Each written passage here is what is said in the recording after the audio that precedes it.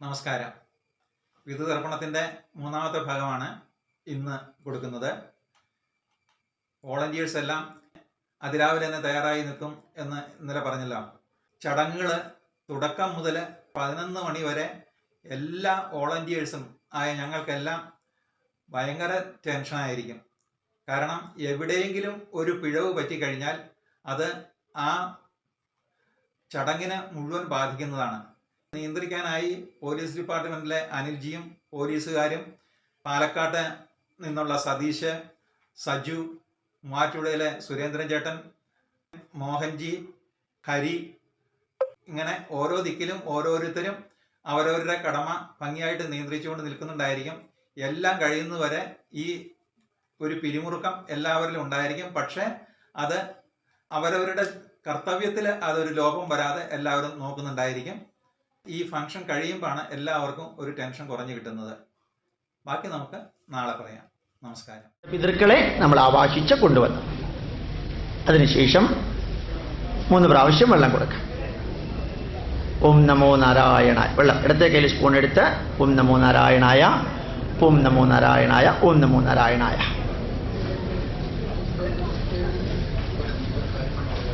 അത് കഴിഞ്ഞിട്ട് പൂവ്, തുളസി വഴി ഓം നമോ നാരായണായ 3 പ്രാവശ്യം തുളസി. അതിനുശേഷം ചന്ദനം ഓം നമോ നാരായണായ, ഓം നമോ നാരായണായ.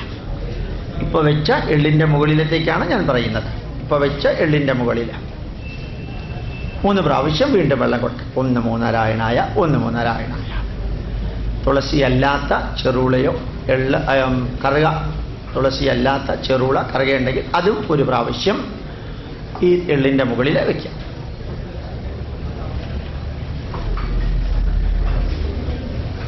അടുത്തത് വീണ്ടും നമ്മൾ കയ്യിൽ എള്ളെടുക്കുന്നു.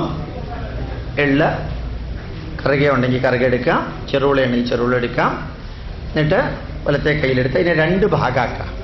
2 കയ്യിലും വരത്തക്ക വിധത്തിൽ, 2 കയ്യിലും വരത്തക്ക വിധത്തിൽ കുറേശ്ശേ വയ്ക്കാം.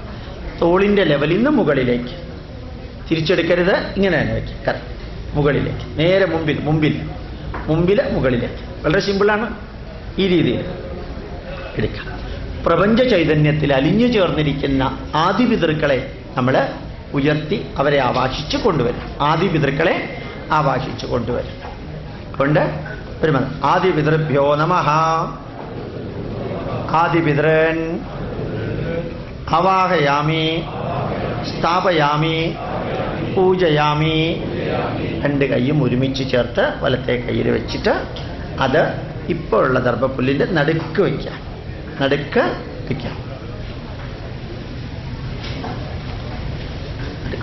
വീണ്ടും വെള്ളം കൊടുക്കാം.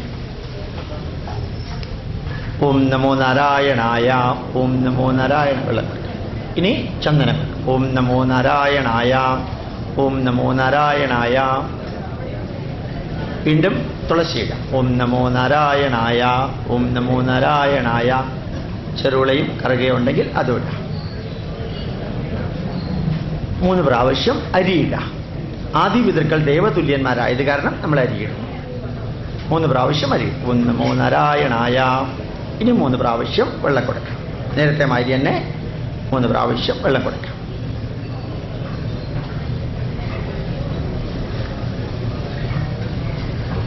ഇനി നമ്മൾ ആ പിണ്ടം ഉരുട്ടി കയ്യിൽ പിടിക്കാം. ചോറിൽ കുറച്ച് ചോറ് വെച്ചേക്കാം. ബാക്കിയുള്ളത് വലത്തെ കൈ കൊണ്ടെടുത്ത് നല്ല രീതിയിൽ ഉരുട്ടിയിട്ടൊരു പിണ്ടമാക്കാം. ഇതാക്കി മാതൃവംശി മന്ത്രമാണ് എല്ലാവരും. വലത്തെ കൈ കൊണ്ട് ഉരുട്ടി പിടിച്ചിട്ട് ഒരു മന്ത്രം ചൊല്ലുന്നുണ്ട്.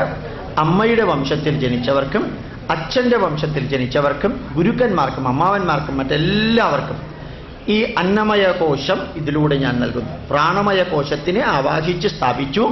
ഈ അന്നമയ കോശം ഞാനിവിടെ സ്ഥാപിക്കുന്നു. ഇതാണ് മന്ത്രത്തിൻ്റെ അർത്ഥം. മാതൃവംശേ മൃതായേശ്ച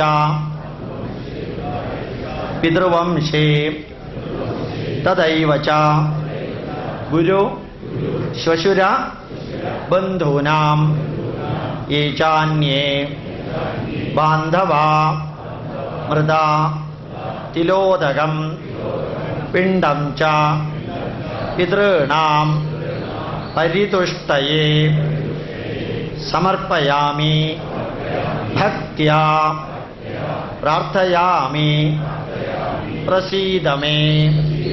ഭക്തിയോടുകൂടി ഞാൻ സമർപ്പിച്ച് പ്രാർത്ഥിക്കുന്നു, എല്ലാ നന്മയും വരുത്തേണമേ എന്ന് പറഞ്ഞ് ആ പിണ്ടം ഈ ദർഭപ്പുല്ലിൻ്റെ നടുക്ക് വയ്ക്കാം. ഇപ്പൊ വെച്ചിരിക്കുന്ന എള്ളിൻ്റെ മുകളിൽ, ഇപ്പൊ വെച്ച എള്ളിൻ്റെ മുകളിൽ വയ്ക്കാം. ഇത് പിണ്ട ആവാഹനം കഴിഞ്ഞു. ഇനി പിതൃപൂജ എന്ന് പറയുന്നതാണ് അപ്പം നടത്താം. ഇനി ആ തുളസിയുടെ 3 തുളസി എടുത്ത് ഓം നമോ നാരായണ പിണ്ടത്തിൻ്റെ മുകളിൽ വയ്ക്കാം. നാമം ജപിച്ചോണ്ട് മനസ്സിൽ ജപിച്ചോണ്ടിരിക്കുക, ഓം നമോ നാരായണ. അത് കഴിഞ്ഞിട്ട് ചന്ദനം ഒരു തുളസിയിൽ മുക്കിയിട്ട് ആ ചന്ദനം ചാർത്തും, ഓം നമോ നാരായണായ. കറുകയുണ്ടെങ്കിൽ കറുക ഓം നമോ നാരായണായ വയ്ക്കാം. തുളസി മുഴുവനും ഉപയോഗിക്കാം. ഇനി തുളസിയുടെ ആവശ്യമില്ല, ഓം നമോ നാരായണ. പിന്നെ എള്ള് 3 പ്രാവശ്യം, ഓം നമോ നാരായണായ, ഓം നമോ നാരായണായ, ഓം നമോ. ശരിക്കും നമ്മൾ അതിഥിയെ വിളിച്ചു വരുത്തിയിട്ട് അവർക്ക് പൂജ നടത്തിയിട്ട് നമ്മുടെ സന്തോഷവും സംതൃപ്തിയും ചാരിതാർത്ഥ്യവും അറിയിക്കുന്നു എന്ന് മനസ്സിലാക്കി. അതിനുശേഷം 3 പ്രാവശ്യം വെള്ളം വീണ്ടും കൊടുക്കാം. 3 പ്രാവശ്യം വെള്ളം വീണ്ടും കൊടുക്കാം.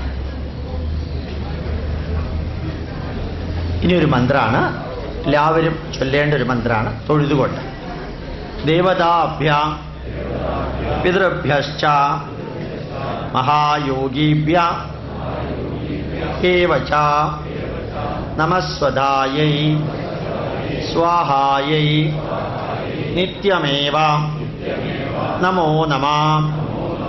അബ്രഹ്മണോയേ പിതൃവംശജാത മാതുസ്തദാ വംശ ഭവാമദീയ മിത്രാണി സഖ്യ പശവശ്ച വൃക്ഷാഃ ദൃഷ്ടാശ്ച അദൃഷ്ടാശ്ച കൃതോപകാര ജന്മാന്തരേ യേ മമ സംഗതാശ്ച തേഭ്യഃ സ്വയം പിണ്ടബലിം ദദാമി.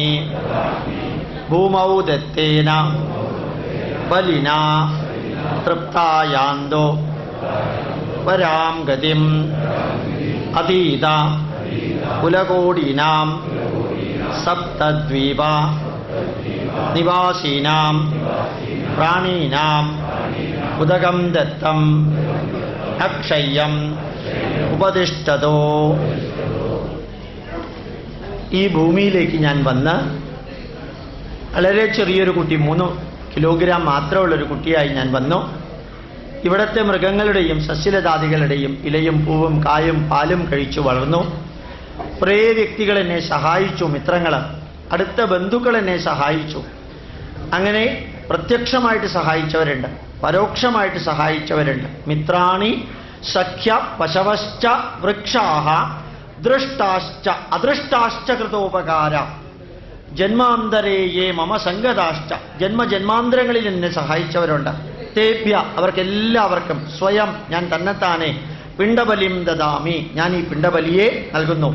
ഭൂമൗ ദത്തേന ബലിന, ഭൂമിയിൽ കൊടുത്ത ഈ ബലി കൊണ്ട് തൃപ്തായ അന്തുപരാം ഗതിം, എല്ലാവർക്കും സന്തോഷമുണ്ടാകണമേ ഈശ്വര. സപ്തദ്വീപ നിവാസീനാം പ്രാണീനാം അക്ഷയം ഉപദിഷ്ടതോ, 7 കോണ്ടിനെന്റുകളിൽ ജീവിക്കുന്ന സർവചരാചരങ്ങൾക്കും നന്മ വരുത്തേണമേ ജഗദീശ്വര എന്നാണ് നമ്മൾ പ്രാർത്ഥിച്ചത്.